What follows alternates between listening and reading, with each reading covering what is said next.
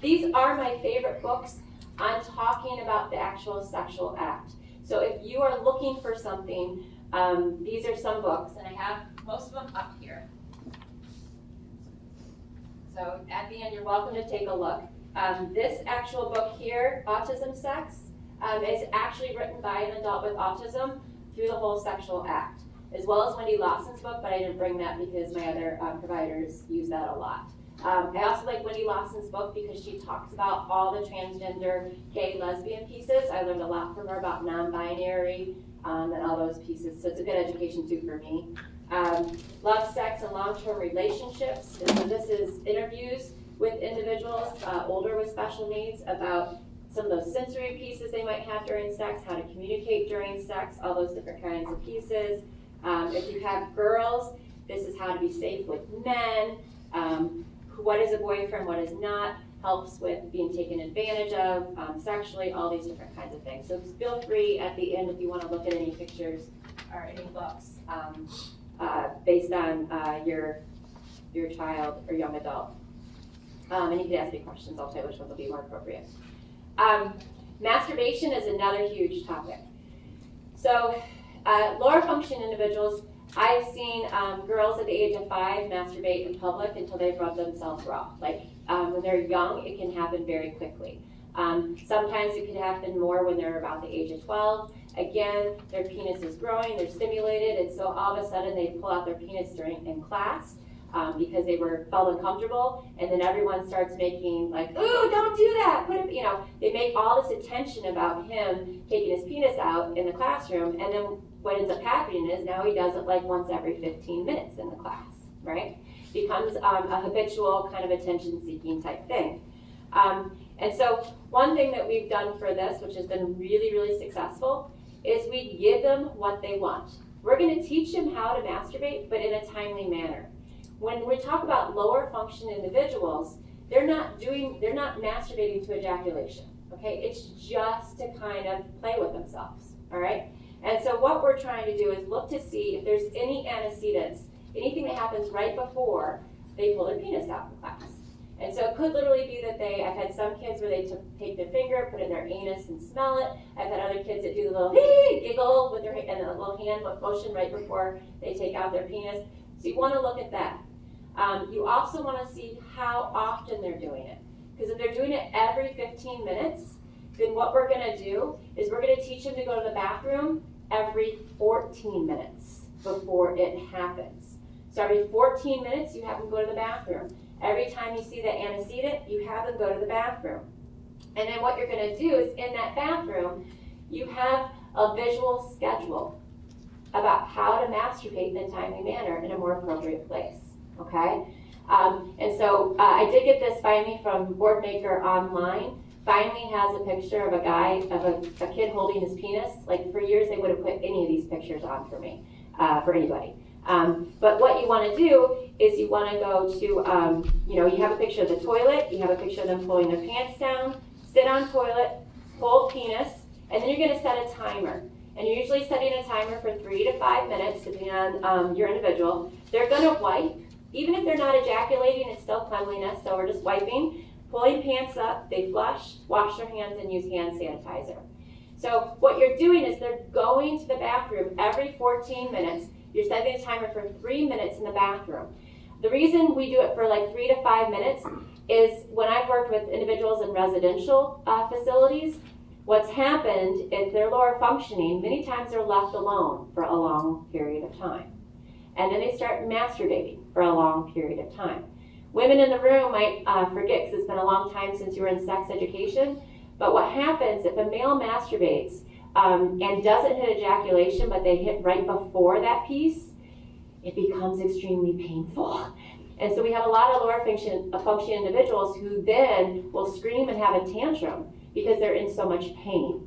And so then we have to do social stories for them that says, we only touch ourselves for 3 minutes, touch our penises for 3 minutes, otherwise, ouch. So they understand what's an appropriate amount of time to play with themselves. Does that make sense? So that's why we have a timer there, so that they understand that piece.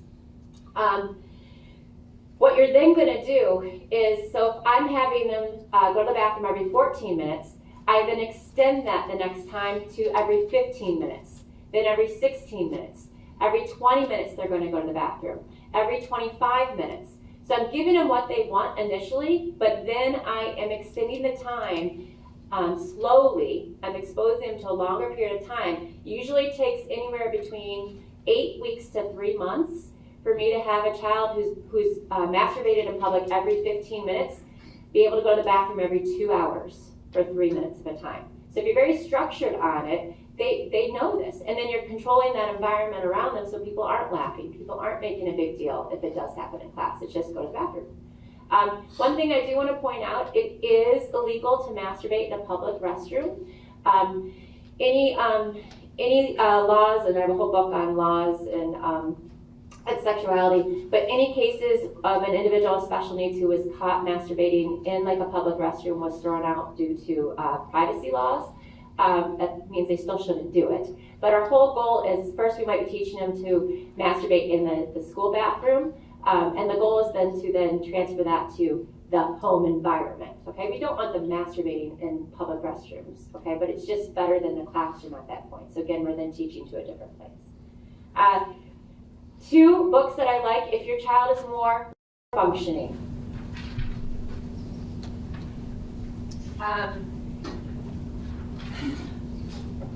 Kate Reynolds has created 2 books that are very visual, things Tom likes and things Ellie likes, and it's how to masturbate in your bedroom, okay? They've also, if you have a lower function individual and you're looking for a good kind of like general sex education, what's happening to Ellie and what's happening to Tommy are also 2 better lower functioning books, okay? So again, these are up here for you to look at the end. But again, it's nice, so if you don't feel comfortable making that social story, there are books that you can get. As a therapist, I found very quickly that when we're addressing these issues, you have to, number one, be very comfortable with it. As a parent, you have to be very comfortable with it. But your conversation can't just stop about masturbation. Oh, I forgot to talk about higher functioning. Sorry. Let me go back. Higher functioning individuals and women. Let me talk about this. Higher functioning individuals, if they have masturbated to ejaculation and they have a special interest, it may become a perseveration, okay? And because ejaculation, once they experience it, is really pleasurable, okay? And so part of what you have to do is, number one, you have to ask them how many times a week are they masturbating to ejaculation. And don't be thrown off if it's like 5 or 10, okay? Some research studies have said like 5 was one average that they found in the autism population. I had a kid that literally masturbated 10 times a week, okay, to ejaculation. And parents look at me kind of strange because I'm like, well, this is what we're going to do. We're going to give him what he wants, but we're going to try and reduce it slowly. So the first thing we're going to do is try and involve dad if dad's around, because we need that role model. Okay? If dad isn't there, that's okay. We still want to normalize it. It is normal to masturbate.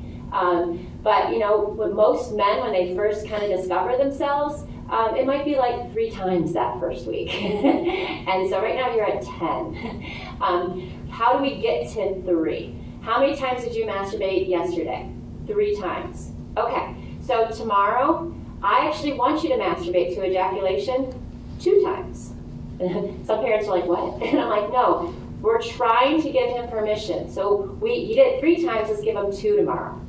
Then we just put out a calendar. The next day might be 2 again. The next day is 1 time. Then the next time is 1 time. 1 time. And then all of a sudden they're at 5 times a week instead of 10 times a week. Okay? So you're trying to reduce it. Then it'll be every other day. Then it might be just on Saturdays. You're trying to reduce that time for them. With women, it's very different. And this is where our individuals with special needs, if they're boys, they many times look different or they're socially different. And so if they want to have sex with a female, females typically are like, no. They say no, right? Now, if I have a female with autism or who has special needs, and they want to have sex with a male, do males typically say no? No. They say yes. okay? And so a lot of females, that's why there's a lot more books on protecting females.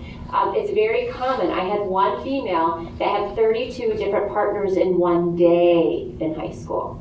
One day. Because all the boys found out about it, and they went and found her, all right? They don't say no. So a big part with them, and I learned this about 11 years ago, I get very visual with girls, okay? I talk about, we call it motivational interviewing. How many sexual partners do you want to have before you get married? And so one girl I was working with, she said, she started having sex at 14, she was 19 at the time of the conversation, and she already had 17 partners.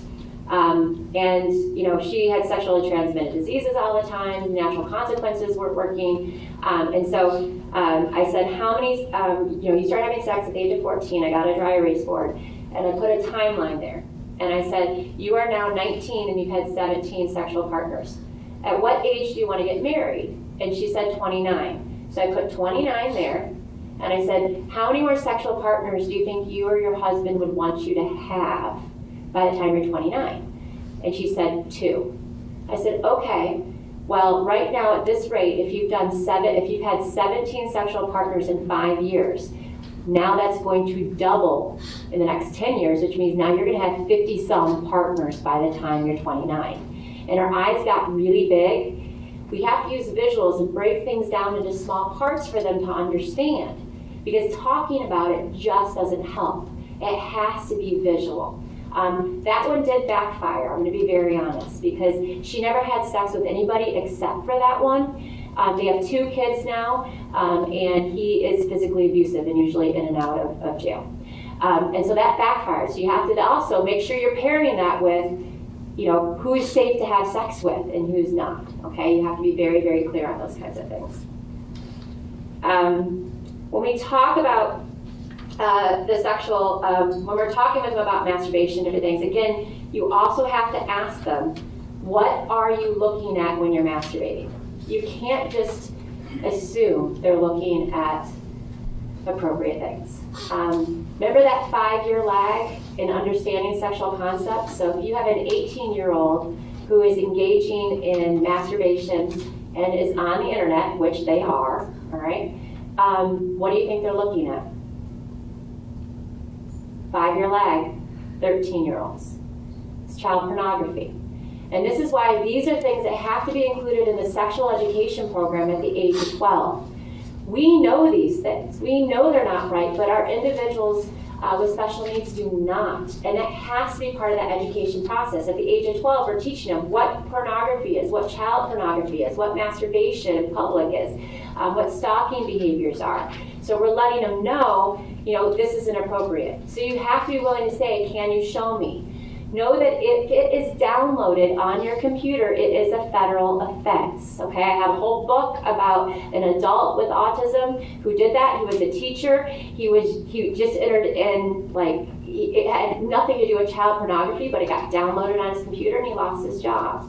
And so that's a great book. It'll make you cry. I cried the whole plane ride when I read it. We see it happen a lot. And so, number one, you want to normalize, it's okay to look at things. They're visual, not auditory, so they're learning by visual. Find out what they're looking at, educate them about child pornography. The hardest thing for me is having them educate them what a victim is. If they have autism, many times they have a hard time taking on that other person's perspective, and so they don't understand that that person in that video is a victim. All right? That person, that child pornography didn't ask to be there, and it's illegal. All right? I've had to get so, I don't want to say superficial, but talk with some of my individuals who have engaged in child pornography to say, you know, what's something you don't like that someone forces you to do at home? And they'll be like, Mom takes the video games from me. And I'll be like, okay, that means you feel victimized when Mom takes the computer games from you. I need you to understand that that child that you're watching in child pornography feels 100 times worse than that. So when I say superficial, I have to kind of think about what are things that they're interested in and how they feel victim to get them to understand that victim role. It's one of the most challenging things I have tried to do. And then what you need to do is help them find more appropriate sites. And this is where I said I have a very hard time with this. I was presenting in Canada last month on this, and two people who were working in a college setting actually did give me a child pornography, I keep saying child pornography, a pornography video that was software that they've been using, and I haven't watched it yet, so I don't want to recommend it. But those are the kinds of resources we're trying to find and look for, or what are videos they can watch, what are sites they can go to that are safer, and that's where you might need to talk to your spouse and see if they know those kinds of things. My resource around pornography and child pornography was Tony Atwood wrote it, Autism Spectrum, Sexuality and the Law. And that's this right. Stalking behaviors, we also see this a lot, where individuals could just be looking at someone intently for a little while, but then it makes them feel uncomfortable. Stalking involves any kind of persistent or unwanted attempts to communicate. We know that many of our individuals with special needs, they're just trying to seek contact. They're just trying to seek intimacy. They don't know that they're stalking. They don't know that they're staring and that makes someone feel uncomfortable, which is why we have to educate them when they're 12 before it even is happening. Many times, again, we're doing this fix-it approach. We do know in research that they attempt to initiate relationships more often than is typical with strangers and celebrities. Okay, so more so than the normal population, they want those relationships or stalking relationships with strangers or celebrities. And again, I love this quote, adolescents and adults are more likely to touch the person of interest inappropriately, believe that the target must reciprocate their feelings, show obsessional interest, make inappropriate comments, monitor the person's activities, follow them, pursue them in a threatening manner, make threats against the person, and threaten self-harm. These are things that they're more likely to do because they don't know. They think that that person should be reciprocating. And it could be that they've never met them before. Around this, I have like a three contact policy before they're even allowed to like somebody. So I'll say, have you actually texted that person and they've texted you back? Yes. Okay, can I see the text? Make sure it's appropriate. Okay, have you actually had a face-to-face conversation with them? No. Okay, we can't go to you liking them yet. I need you to actually have a 1-minute face-to-face conversation with them, all right? Then the next step would be, have you asked them out and have they said yes? If so, then now we can start to have feelings that you might like them. We want to use, again, visuals, social stories to help.